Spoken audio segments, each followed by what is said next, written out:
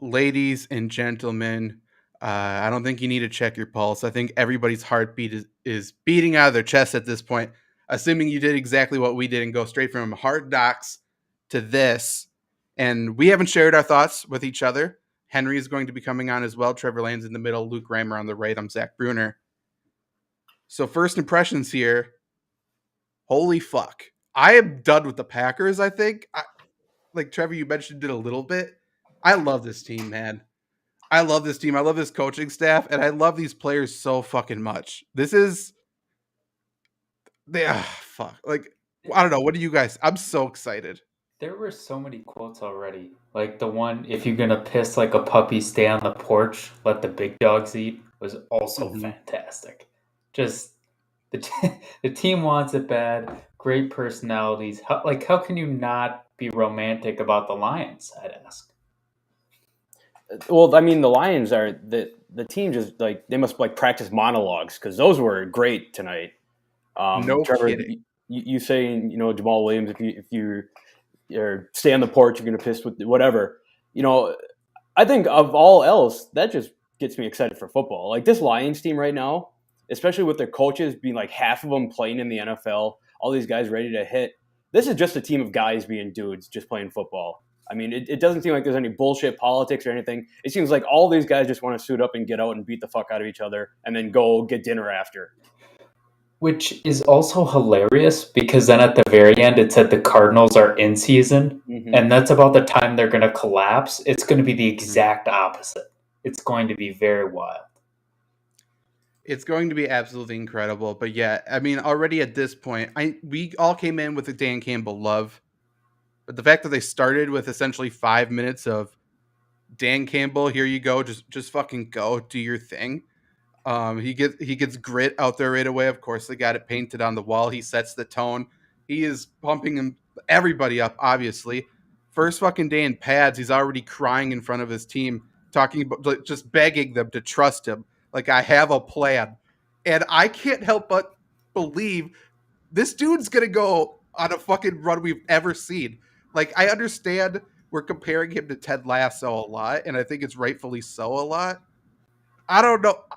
This guy he does have a plan.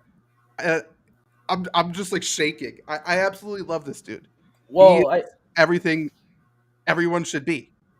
I don't know if you guys have like watched all. I assume you've watched, most of the Hard Knocks or clips here and there or whatever. I think it's already fair to say that Dan Campbell and Jamaal Williams are among two of the best characters to ever be on this show.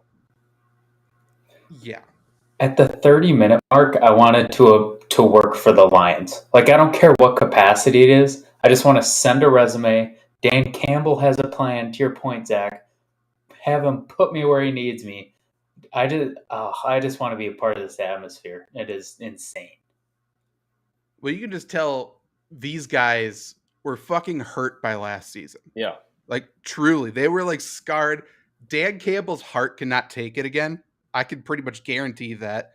Jamaal Williams' mind can't take it again. I think Jared Goff was actually pretty fine with how last season went. If they can get anybody else, if they could get Phillip Rivers in there at quarterback, someone's head's gonna explode. Probably mine. But like this team is, I love the way they're built. Obviously, I think the players, coaches are a really good thing. Like they're just young guys. I think they can relate really well in a league where it is turning. Like obviously the league's cyclical, right? So at some point there's a lot of old heads in there, and the old heads are getting passed by, and then the new guys come up. I think Dan Campbell's a part of this new crowd in a weird way. Like people talk about Sean McVay. I think Sean McVay could get passed up at some point, but like I don't know, man. Like the way the Lions are building their team from the bottom up right now, I can't help but believe in. I think they're actually going to do it. They better do it, man.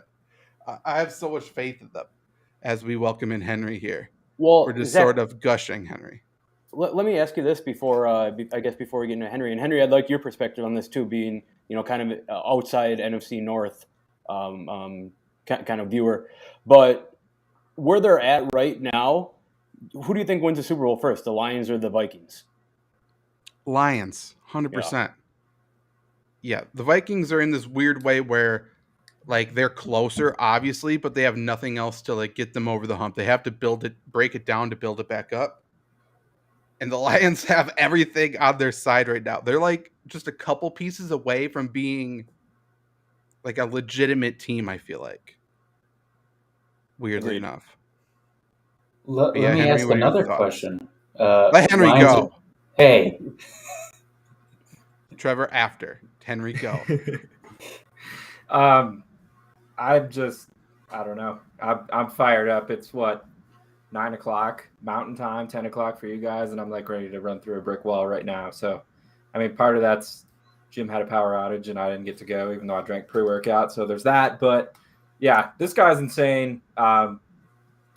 The team, I think, Trevor, you said it. You were the one in the chat of the four of us, like during it. You were like, "I love this team." Like, how can you not love the team? Hutchinson killed Billie Jean, by the way. And I don't know. Do we want my like broad takeaway now? Like as far as like Luke saying who wins the Super Bowl first. I don't know that I have a great answer for that, but I came into this stream needing to say the Lions are making the playoffs this year, and that's you guys have talked on multiple streams. I've watched your fantasy shows. I watched the betting show. You, Zach and Luke, and you're like the Lions, that 7th seed in the NFC. Like who's gonna get it? Lions are making the playoffs. That's my bold prediction this year. Mic drop. I mean, there's absolutely an opportunity for the Lions to make the playoffs. 100%. And based off of the 45 minutes of television I watch, I fully believe that they, their NFC championship. That's where they're going to end up in the season. Well, honestly, they should have beat the Vikings twice last season. If they can do that again, or even if they split against them, I'm telling you, man, they play the Bills on Thanksgiving in their hardest game of the year. I don't want to fucking see Dan Campbell on Thanksgiving. That sounds like an absolute nightmare. And then they get to play the Packers in Week 18, where the Packers may not have to try. So that takes another hard game off. Their schedule is so easy, and like they're gonna make every game ugly. Like even the games that look easy, they're like the Bears game is not going to be a blowout by any means. It's going to be like the hardest 2-point win they've ever had in their lives. But like against the Bills, I think it's also going to be super close. Like anything can happen. Dan Campbell loves his metaphors, and he loves talking about the water. So like essentially he's truly like grabbing at the other team's ankles and pulling them into deep water, and then fuck it. Anything can happen at that point. Like that's this team's motto, and I'm so excited for it.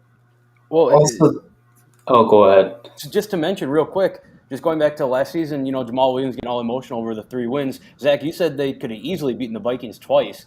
The Ravens, it took an NFL record to beat the Lions. Yeah. Like they were in a ton of games last year.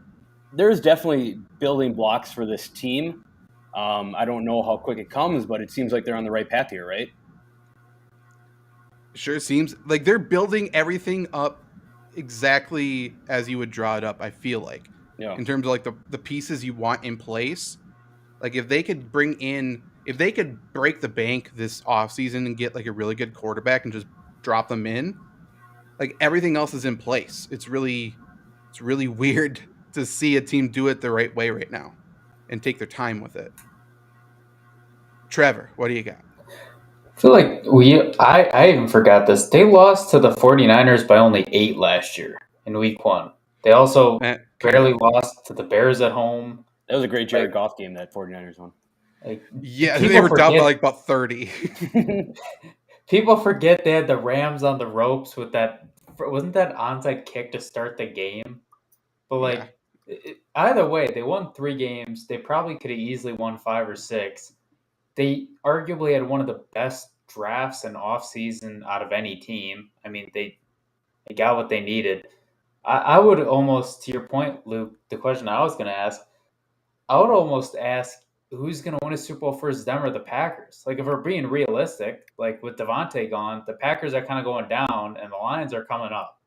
Like, I don't think it's that crazy of a thing to ask for, especially with this team. The Lions are definitely built to beat the Packers.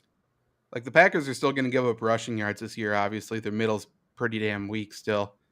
And if the Lions can just do that, like honestly, just take Jared Goff out of the game. If Jared Goff doesn't screw up, then they're going to be fine. And I kind of I forgot, as I've heard the exact quote from Sean Payton before about he was going to say he was going to teach Dan Campbell everything he knew. I heard that quote before and I forgot about it until watching tonight.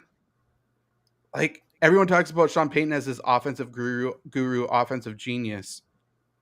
And after what we saw Dan Campbell do last year, it feels like he's kind of the same. He could be a savant. He could be. Every time I look at him, it looks like I get a picture in my mind like the first caveman to make fire.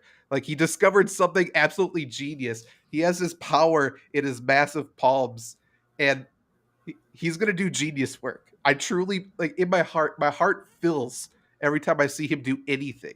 It's like a baby taking its first steps. Everything he does, I believe in him fully. And yeah, I think they are closer than the Packers. If you question Dan Campbell, just remember he was a tight ends coach for Dan Arnold, who went from D3 to actually like legitimately starter at tight end. Jacksonville, but point still stands. I mean, he did shit with the Saints too. He did good stuff with the Dolphins. He's a good coach. I mean, there's no doubt about that. He's a good leader. There's no doubt about that. I feel like everybody on their coaching staff is in their perfect position. Every time I do see Brunell, it does feel like the dads got together to coach a YMCA team or something. Mm-hmm. Like Brunell looks out of place as a former player, but yeah, I love this staff. And what I do like about Hard Knocks, I think they started doing it a little bit last year too, but I like how they're actually like feeding into the coaches' personalities, feeding into their competitiveness. And like the shit, obviously running back coach going up against, defensive line coach, essentially. Like offense versus defense, they chirp at each other constantly. And I'm happy this team's doing that. And I'm happy Hard Knocks is showing it because that was one of the best parts of the tonight, too. Having Duce Staley and Aaron Glenn going at it. Yeah. Speaking of the coaching staff, was tonight the first time you heard Antoine Randall's L's name since his reverse touchdown in the Super Bowl? Pretty much, yeah. like I knew he was on the staff just because I'm obsessed with the Lions, but aside from that, yeah, JT Barrett's there too. I hope we get to see JT Barrett do something. There's so many random people on the staff.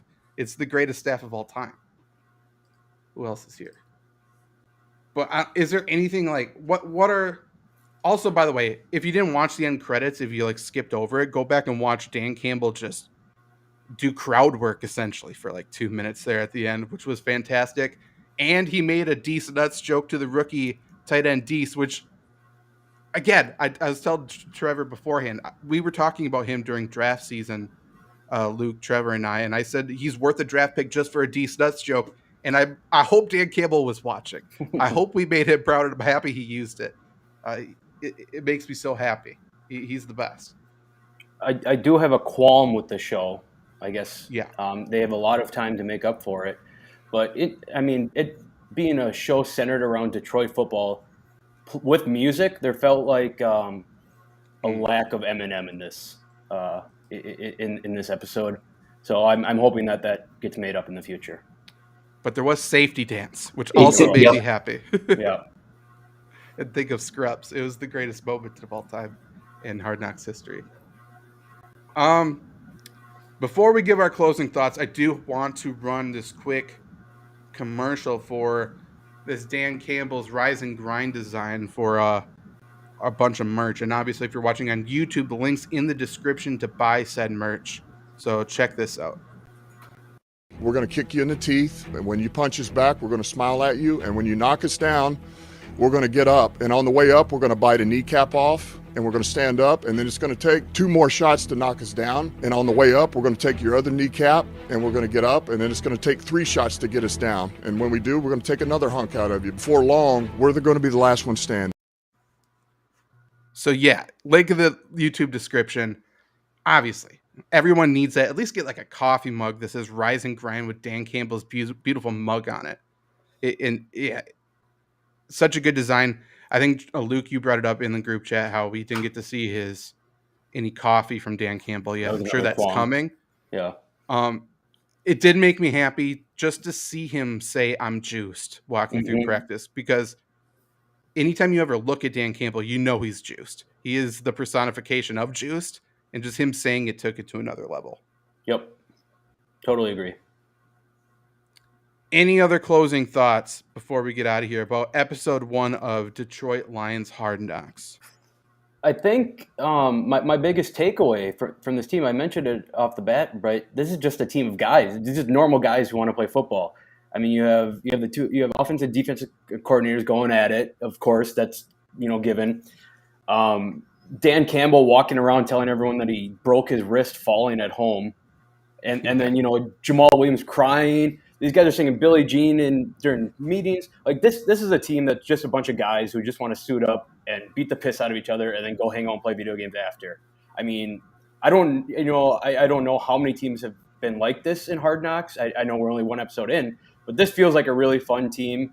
And, if someone is looking for a team to root for, it feels like right now is the perfect time to hop on the Detroit Lions bandwagon. Any other closing thoughts here about the show? Yeah, I think kind of going off of Luke's, Detroit and their ownership, they're sitting on an absolute gold mine right now. Not only do you have like a success story here with like a team that's fun, but you have coaches and players that drop little great one-liners that, again, talking about like merch sales and stuff is fantastic. Like they have literally everything you need, the come up story. They're sitting on a gold mine. Pretty soon people are going to want to come to Detroit if they don't already. So as long as they don't pull a Detroit and screw this up, like it sounds weird, but Detroit could very easily be the class of the NFC North in 5 years. Like in terms of where people want to go, it might be Detroit when Aaron Rodgers leaves. I would just follow that up. I have some other thoughts on the episode itself, but one of those was going to be Jamaal Williams, and just how epic that little speech was at the end of the first padded full hitting contact practice. But guys are looking at Coach funny and like having that trust. The fact that it's Jamaal Williams coming out, like, and you guys do the Packers show and everything, kind of one. Packers just let him go for whatever reason. He winds up in Detroit. That's a veteran back, and you can tell he wants to be there. He loves his coach. He loves the assistant coaches that are working with him. There was one where the running backs coach, they had a scene with the two of them there briefly. I look at a veteran like Williams who's there, loving it, enjoying it, and I echo Trevor's thoughts exactly. Like, free agents are going to want to come eventually, and they're building towards something great there, I would say, for sure. One other thing that I thought was, I guess I just didn't really process it, like not going and watching Lions camp on the daily, but to have Sewell and Hutchinson going mano a mano, like awesome. on the line there, you can't ask for anything better. Like, you've got two young guys, they're both ultra talented, and they're able to go at each other like that daily in practice. I think that's going to be huge for both of them. It's going to be huge for the team. The only other thing I was going to say, like going back a little bit, but just looking at their schedule last year, and you guys kind of touched on it a lot. Some of the games they lost, like they lost to the Falcons on the road with Tim Boyle at quarterback, like things like that. It's funny to me, though, too. I look at some of these road games, particularly in the back half of the year, that they either lost or, in the Steelers' case, tied. At the Steelers, at the Browns, they lost by 3. At the Broncos, all right, Mile High, that's a different beast. At the Falcons, though, and then at the Seahawks. To me, the Lions are right there with or better than all of those teams, maybe minus Denver at this point, going forward into this year. And I think when we're having high expectations, saying, yeah, the playoffs are actually a realistic goal. Obviously, they don't play all those same teams again, and Zach has already talked a lot about how easy their schedule is. I think, they only won 3 games last year. But when I look at that schedule, where those teams are now, an easy schedule, and where the Lions are now, it's all there. And just to touch on your point there, Henry, about Aiden Hutchinson and Penei Sewell, I wonder how many times, NFL teams get their two franchise players to match up against each other every day in practice. I mean, that's got to be incredible for both their development as well as just for teams rallying around. We talk about offense and defense. Imagine those one-on-one battles. Well, so many teams with franchise players at quarterback.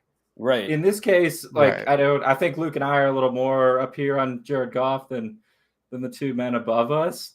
Like, we can stand him at least. We can tolerate him. But in this case, your two franchise players, like you said, they're going at it like in the trenches. And that just circles back to they're building this team from the inside out. The foundation is there. They've laid the concrete to build the house. Whereas, looking at other teams around the league where, we think we're close, fringe playoff team, but we don't have what it takes to take the next step. And we're years away from having that. So when you use a top 2 pick on each of your lines in consecutive years, that's huge. Yeah, and the cool thing is Sewell and Hutchinson are probably going to be friends for life now, right? Growing up in the NFL together for at least their first 4 years of their career. I mean, these guys are going to be friends forever.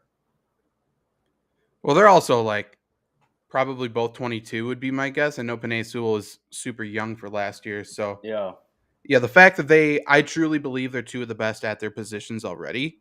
Like, they're just different types of people, and they're 22 years old. They're going to get to go up against each other constantly. To your point, they don't have a quarterback to pay after a couple years, most likely, unless they bring in a free agent, which they won't. Like, those two are going to get paid, and they're going to get kept there just because I think they're going to be.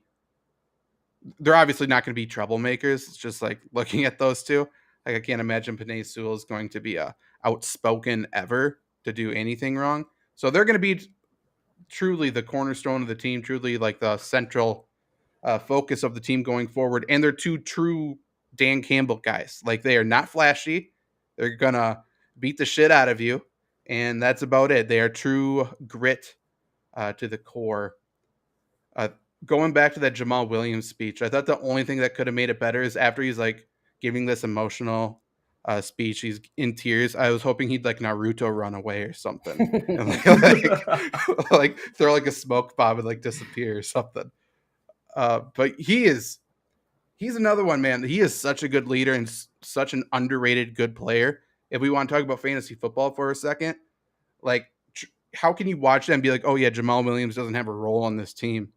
Like, it's going to be DeAndre Swift. Like, obviously, I would still put the bet on Jamaal Williams to start more games than DeAndre Swift this year. Like, that's just the way it's going to be.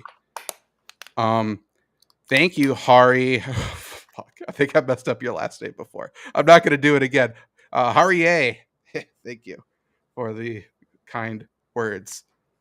So I don't have a marketing degree or anything like that, but just going back to my point about Eminem, they didn't really highlight Jared Goff much in this episode.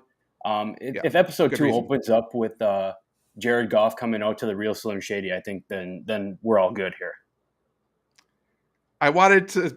It'll be like a shot, like you see cleats, foot tapping. Real Slim Shady's going. It's going to go up. Football pants, of course. Football jersey, and then it's going to be Dan Campbell fully in uniform getting ready for practice. That's the way you do it. You tease it Jared Goff, and then you give the people what they want, which is not DeAndre Campbell. Dan Campbell. Same person, essentially. Speaking of that was so many up downs that guy did. With a fucking broken wrist. Yeah. And he felt so like bad about possibly not doing them. And he still beat everybody. Dude just wants to put pads on again. Could you imagine Mike McCarthy trying to do that? No, or something? No like a lap on the field? Find me an FBS college coach. Like, who in the NFL? Okay, Cliff Kingsbury gets all the nods for all his looks and everything. He ain't doing 40 up downs like that. College, Lincoln Riley's like the same boat. He ain't doing 40 up downs like that. Like, they don't have that same grit. I'm sorry. Maybe Dabo, but within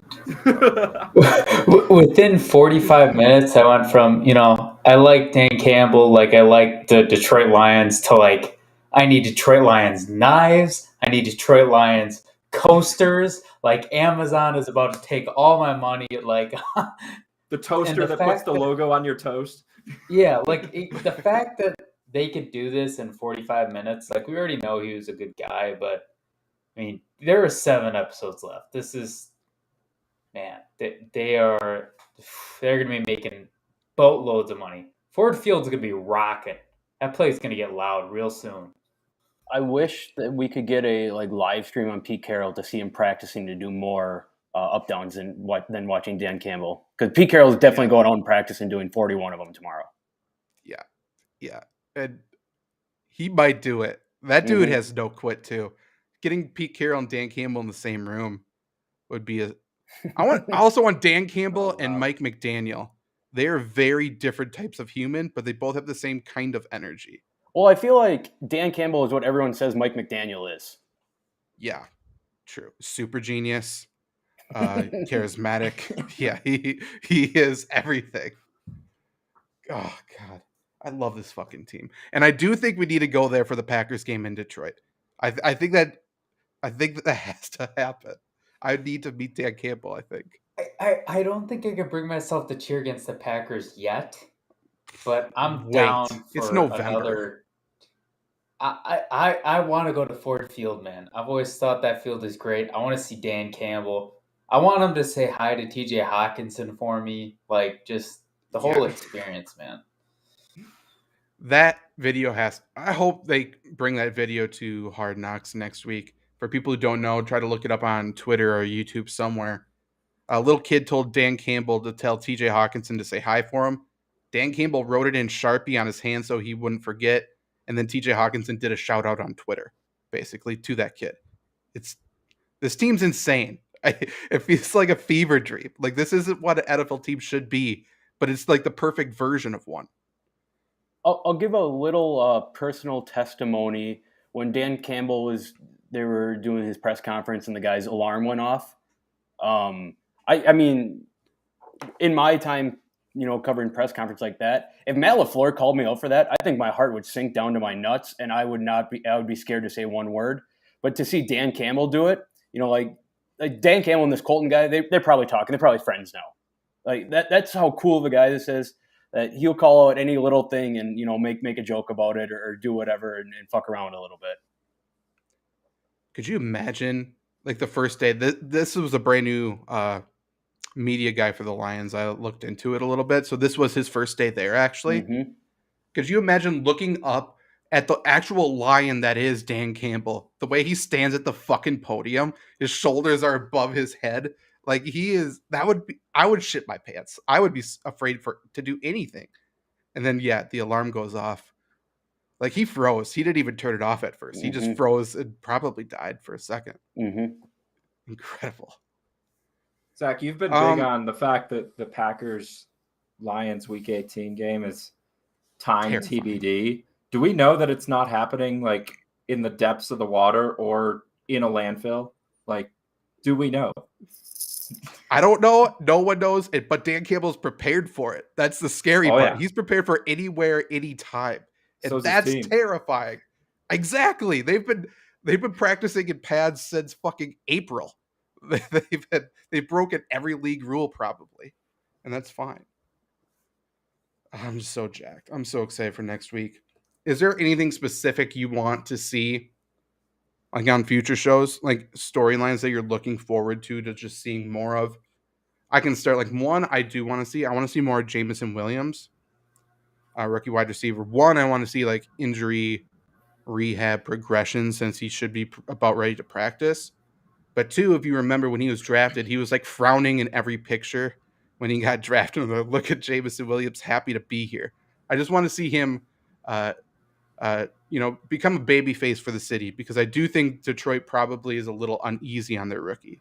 Was Jameson Williams the guy who said that he could run the 40 faster than anyone ever? Yeah. Yeah, I can't wait for that. And by the way, do it against Dan Campbell. Right. Dan Campbell will let you win. He'll be close. He's the guy who would let you win, put you over, and honestly, the teammates will carry you out on their shoulders end of practice. That's the way to do it. The joke thing I want to see Dan Campbell at a Starbucks.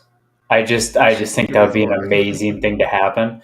But I kind of with Jameson Williams, I want to see more with the wide receiver room too. Obviously, they added DJ Chark coming off an injury. I want to see Amon-Ra St. Brown, what he's looking like. I thought he looked pretty good last year. So just see a little bit more with the wide receiver room. And I think that's coming. I think it has to. The storyline's right there for him. Well, they'll definitely get into like hippie TJ Hawkinson.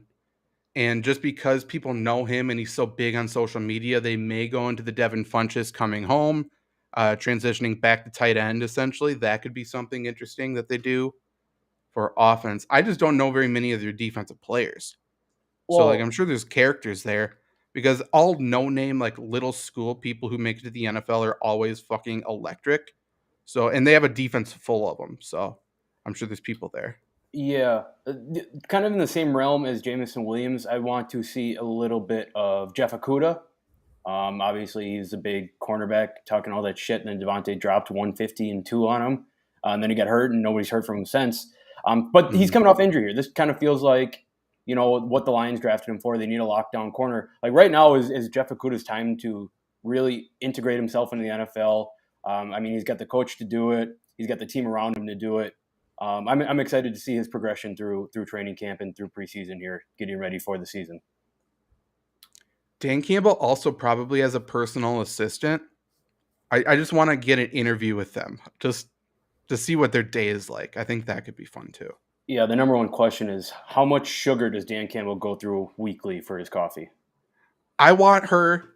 They're going to ask her about the coffee. It's going to be a girl. It's going to be some sweet, like 4'11" girl, shaking to bring him coffee every morning. She's talking about the double espresso shots in each. And then she's going to come out with the big revealing thing is that she's always giving him decaf every single time. He's just always this fucking juiced.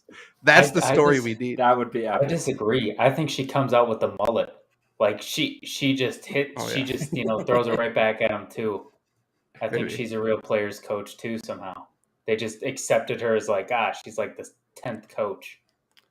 Or what if I think there's some mental twists going on here. If you are fans of The Office, you know, like there's those moments where Michael kind of breaks the wall and is saying like these people need this, like he's not really a complete lunatic.